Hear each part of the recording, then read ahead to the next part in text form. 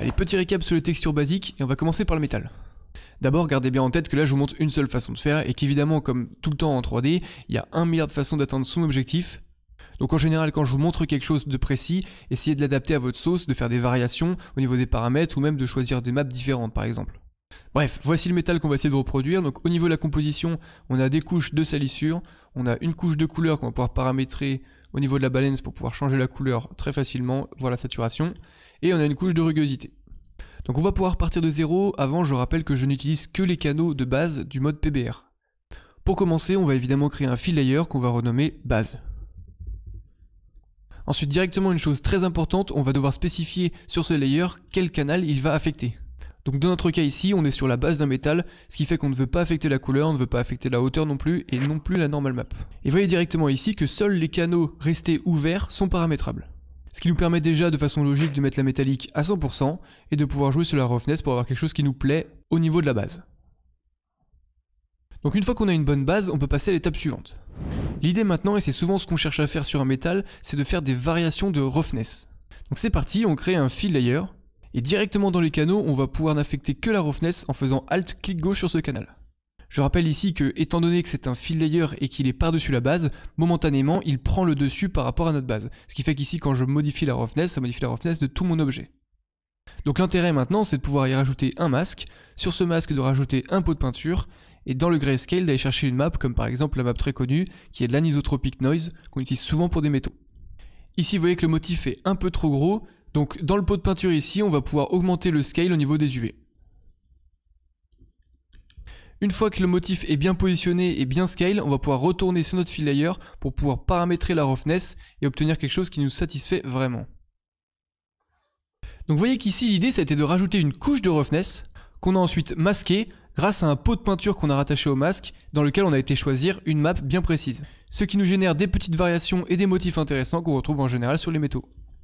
On va pouvoir maintenant continuer à rajouter des couches de roughness, mais avant ça, n'hésitez pas à renommer votre layer. Ici, moi, je l'ai renommé en anisotropic noise, tout simplement. Donc une fois ça fait, la suite est un peu plus simple.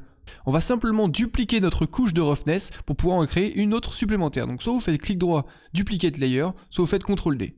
Une fois ça fait, c'est très simple, en fait on veut faire la même chose, simplement on veut modifier le motif et en ajouter un autre. Donc on va retourner dans le pot de peinture de notre masque du calque dupliqué. On va pouvoir cliquer ici sur Grayscale pour changer de map. Je vous conseille par exemple la Cell 4 qui est très bien pour un métal. Donc là comme d'habitude, une fois ça fait, on vérifie que le scale est bon, que le motif est bien positionné, et on va pouvoir retourner sur notre calque ici pour pouvoir jouer sur la roughness et avoir quelque chose peut-être de différent ou de plus intéressant en fonction de vos besoins. Après avoir créé nos deux premières couches de rugosité qui étaient là plutôt pour générer des motifs sur notre métal, ce qu'on va vouloir faire c'est de créer une couche qui va être là pour nettoyer le métal, vraiment pour cibler des zones qui vont surbriller. Ça doit être subtil mais c'est vraiment dans les détails qu'une texture se démarque des autres. Donc pour ce faire, je vais encore une fois dupliquer ma dernière couche de rugosité. Étant donné que je sais que je veux que cette couche fasse briller ma matière, je vais mettre la rugosité à 0 directement et je vais pouvoir aller dans les masques sélectionner une nouvelle map. Donc par exemple, une que j'aime bien, moi c'est une concrète, et on va pouvoir par exemple sélectionner celle-là, qui me semble intéressante, ou même celle-ci. Le souci qu'on a ici, c'est que la map étant particulièrement blanche, elle va majoritairement faire apparaître notre calque de roughness. Et nous on veut l'inverse, on veut qu'il soit subtil.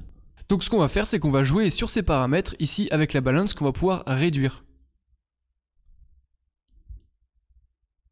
Voilà donc pour la troisième couche qui est plus dans l'idée de faire réapparaître le métal, de le faire rebriller, et maintenant on va faire l'inverse. C'est-à-dire qu'on va dupliquer une dernière fois la couche de rugosité, on va cette fois-ci augmenter la roughness mais de façon assez violente quand même, alors je vous conseille de pas trop dépasser les 0.35, on va rester donc à 0.3, et comme d'habitude, on retourne sur notre masque, on va sur notre pot de peinture et on change de map.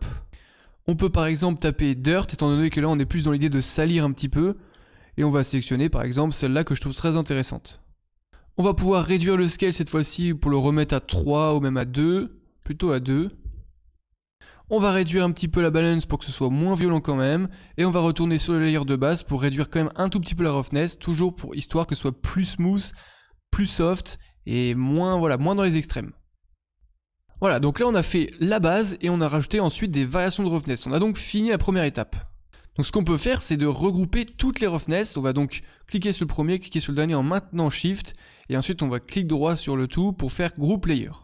Je précise que depuis le début, on travaille à 100% en non destructif. Ce qui veut dire que je peux très bien revenir sur ma base pour modifier les valeurs de roughness basiques. Je peux très bien revenir sur toutes les couches qu'on a rajoutées pour changer les maps ou même les valeurs de roughness qu'elles affectent. Enfin voilà, n'hésitez vraiment pas à revenir sur ce que vous avez fait à partir du moment où vous faites du non destructif, c'est vraiment très intéressant. Alors pour l'étape suivante, ce qu'on va vouloir faire, c'est d'appliquer des générateurs et toute autre sorte de choses qui prend en compte la géométrie. C'est quand même très intéressant pour faire des textures réalistes qui ont du sens. Donc toujours la même rengaine, on va créer un fill layer. Cette fois-ci, on va laisser tous les canaux activés pour y voir un peu plus clair. On va directement appliquer un masque sur lequel on va directement appliquer un générateur.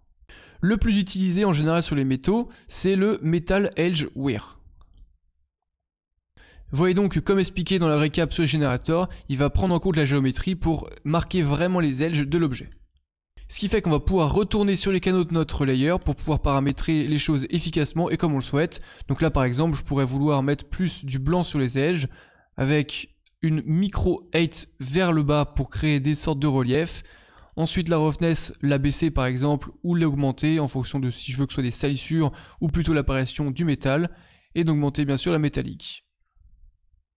Donc ça dépendra vraiment de votre référence, de ce que vous cherchez à faire. Voilà, on peut très bien partir sur du noir, sur quelque chose de plus foncé, sur quelque chose de plus rugueux. Il n'y a vraiment pas de base ou de norme, c'est vraiment comme vous le sentez. Le plus important, c'est dans le général rajouter ce générateur qui est le Metal Edge Wear pour pouvoir avoir directement quelque chose de plus réaliste quand même. Maintenant que je me suis occupé des edges, ce que je vais vouloir faire, c'est rajouter un petit peu de salissure, de dirt dans les endroits de creux, chose qu'on a en général sur toutes les textures. Donc toujours pareil, je vais créer un fill layer. Cette fois-ci, je vais le mettre en noir directement pour voir un petit peu plus clair sur ce que je fais. Je vais rajouter un masque, ensuite sur ce masque un générateur, et je vais aller chercher le générateur dirt. Vous voyez qu'avec du noir ça passe plutôt bien, mais je peux revenir sur la couleur pour aller chercher par exemple une couleur qui me fait penser à de la rouille, donc quelque chose de plutôt marron, orange. Je peux un tout petit peu augmenter la roughness étant donné que voilà, la rouille c'est pas censé réfléchir trop de lumière ou en tout cas pas distinctement. Je peux un tout petit peu augmenter la métallique pour rajouter de la cohérence par rapport à la matière qui est en dessous. Et augmenter un tout petit peu la height, donc là par exemple je vais mettre à 0.02 pour vraiment faire une micro variation mais pas bourriner. Sinon on aurait quelque chose un petit peu comme ça et c'est pas ce qui nous intéresse, on est d'accord. Donc là pour moi c'est un peu trop sali, donc on va retourner sur notre générateur et on va pouvoir réduire un petit peu le dirt level pour obtenir quelque chose qui nous semble un peu moins brutal. Jouer sur les autres paramètres peut être aussi intéressant. Donc après voilà, à vous de voir. Donc pour l'étape des générateurs, moi je vais m'arrêter à 2 générateurs, un de rouille et un au niveau des edges, mais après vous pouvez très bien continuer, en faire d'autres, etc. Ça c'est à votre convenance. En tout cas, une fois que c'est fini, vous renommez bien vos layers générateurs, vous les groupez et vous renommez votre groupe. Notez bien que pour simplifier le récap et aller un peu plus vite, j'ai appliqué mes générateurs sur le simple base color, chose que vous pouvez largement complexifier. Que ce soit en allant chercher des images à partir de la base color ici que vous auriez précédemment téléchargé sur internet, ou alors en chargeant un matériel de substance ici en cliquant sur Material Mode et sur une des rouilles par exemple disponible, ou même en utilisant un gradient, technique que je vais vous montrer juste après. Dernière étape, on va pouvoir maintenant ajouter une couleur à notre métal. Pour ce faire, on ajoute évidemment un fill layer qu'on va directement renommer couleur. Ce calque, on le veut qu'il n'affecte que la couleur, donc on va Alt, clic gauche sur le canal de la couleur. On va ensuite directement appliquer un effet pot de peinture directement sur le calque cette fois-ci. On fait bien attention de n'activer que le canal à la couleur encore une fois, et on va pouvoir aller chercher une map dans le base color. Ici, peu importe la map, tout ce qu'il nous faut c'est quelque chose avec un petit peu de contraste quand même. Je vais prendre par exemple la Grunge Fingerprint Smeared qui génère un petit peu des traces de doigts et de salissure, je trouve ça plutôt cool. On va réduire le scale, enfin du moins l'augmenter pour réduire un petit peu la taille des motifs. Et là vous voyez que ce qu'on a fait c'est qu'on a appliqué une map en noir et blanc en tant que couleur.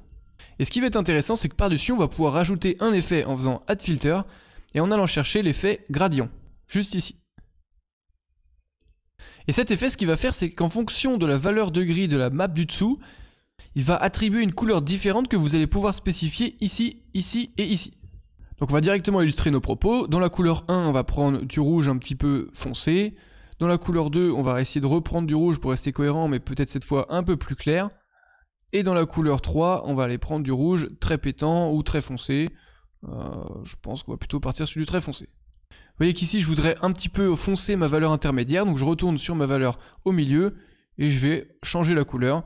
Évidemment, vous pouvez faire tout ce que vous voulez là-dessus.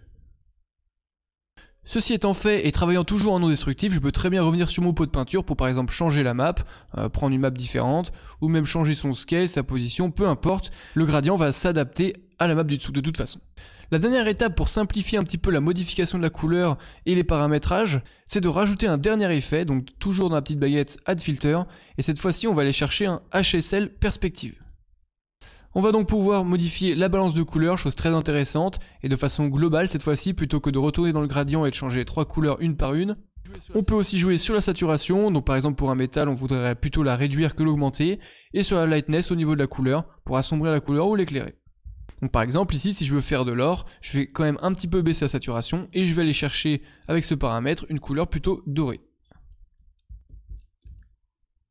Et dernière chose, étant donné que ce calque ne modifie que la couleur, on veut pas forcément qu'il affecte les générateurs, donc on va la cliquer glisser en dessous le calque, en dessous le groupe générateur. Et bien sûr, vous pouvez toujours revenir ici jouer sur son opacité.